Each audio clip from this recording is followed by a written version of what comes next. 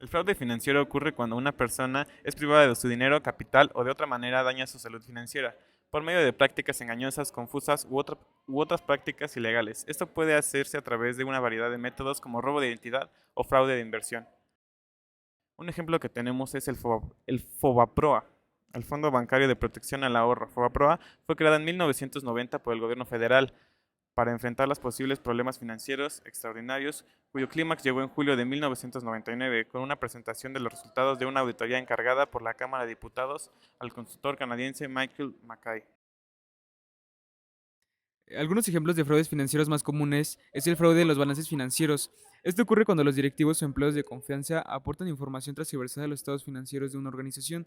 Puede ser por subestimación de ingresos o activos, por subestimación de gastos y pasivos, por pago de comisiones, ventas ocultas, entre otros.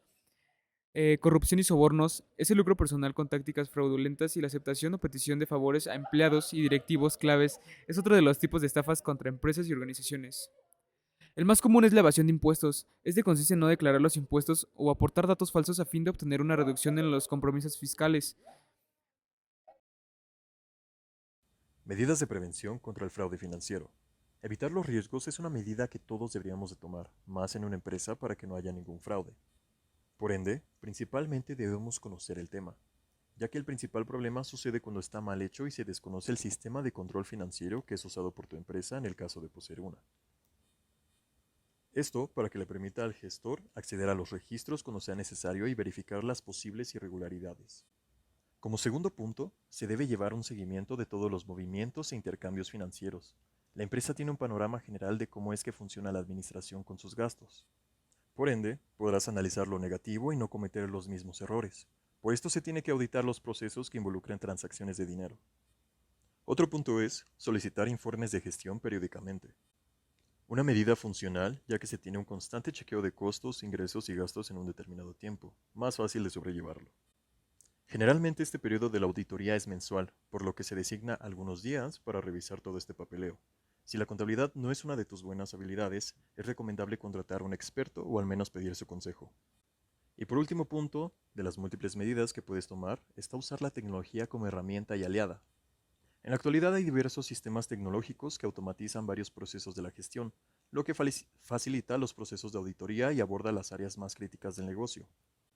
Estos sistemas posibilitan la integración de todos los movimientos financieros con el fin de tener un reporte preciso y detallado de los posibles riesgos y de asignar responsables para el tratamiento de ellos. Corroboración de datos biométricos. Los datos personales biométricos son características físicas o de comportamiento que pueden ser utilizados para identificar digitalmente a una persona y de esta forma otorgar acceso a sistemas, dispositivos o datos. A diferencia de una contraseña que puede ser cambiada por otra, la información biométrica no puede cambiarse y da acceso a la identidad exclusiva de una persona. Por ello garantiza mejor seguridad, pero también mayor responsabilidad en su utilización. La biometría se utiliza en gran medida debido a que cuenta con dos importantes beneficios. El primero, comodidad de uso, y el segundo, son difíciles de robar o suplantar. Con el fin de aumentar la seguridad del sistema bancario mexicano y evitar el robo de identidad, la Comisión Nacional Bancaria y de Valores emitió una circular en la cual solicitó a las instituciones financieras tener los datos biométricos de sus clientes. Una vez que estén registrados los biométricos, estos se usarán cuando el cliente haga una operación presencial, como consulta de saldo en escritorio, retiro por más cierto monto con tarjeta de débito o desea abrir una cuenta. La identificación del cliente se comparará con los registros previamente obtenidos, lo que permitirá detectar cualquier intento de suplantación de identidad, con el objetivo de frenar el robo de identidad y movilizar las operaciones. Los cuentavientes deberán identificarse con huella dactilar para poder lograr retiros o transferencias de más de 9,000 pesos. La Conducef lanza un portal de fraudes financieros. En este nuevo portal, los usuarios tendrán la oportunidad de reportar los casos en los que fueron víctimas de fraude financieros. Estos son algunos de los datos registrados en este portal. En el primer semestre de este año se registraron 3.5 millones de reclamaciones por un posible fraude, siendo así 5% más que en el 2017. En dicho portal, los usuarios podrán conocer los teléfonos, páginas de internet, correos electrónicos e instituciones falsas que son utilizadas para comentar fraudes. Además, también se les informa el modus operandi que utiliza para ello. Asimismo, los usuarios podrán reportar los casos en los que fueron víctimas de un fraude, o bien si identificaron un posible fraude al recibir un correo electrónico, una llamada o un mensaje de texto. Lo anterior con la finalidad de prevenir a la población y evitar que sean víctimas de esto. A través de historietas, los usuarios también podrán conocer cómo se llevan a cabo los fraudes financieros, los tipos de fraudes, cómo evitarlos e información que la CONUCEF ha desarrollado respecto al tema. La vulnerabilidad ante ciberataques. Con el avance de la tecnología, los ataques cibernéticos se han convertido en un riesgo creciente para las organizaciones, ante el cual no siempre se puede estar preparados.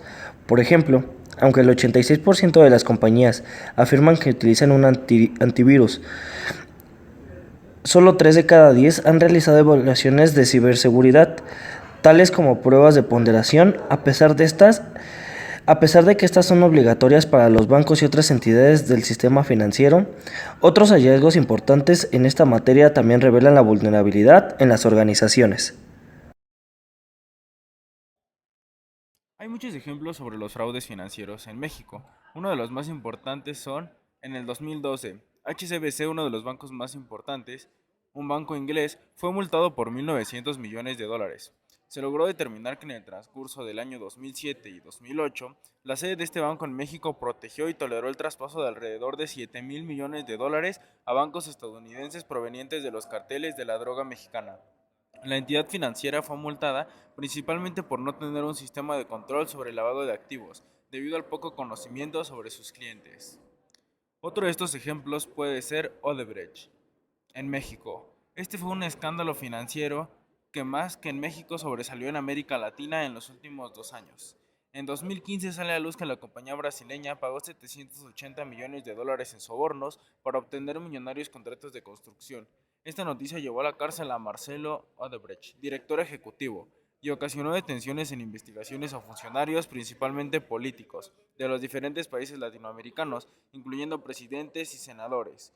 Los países implicados fueron Brasil, Venezuela, Panamá, Perú, República Dominicana, Argentina, Colombia, Ecuador, Guatemala y México.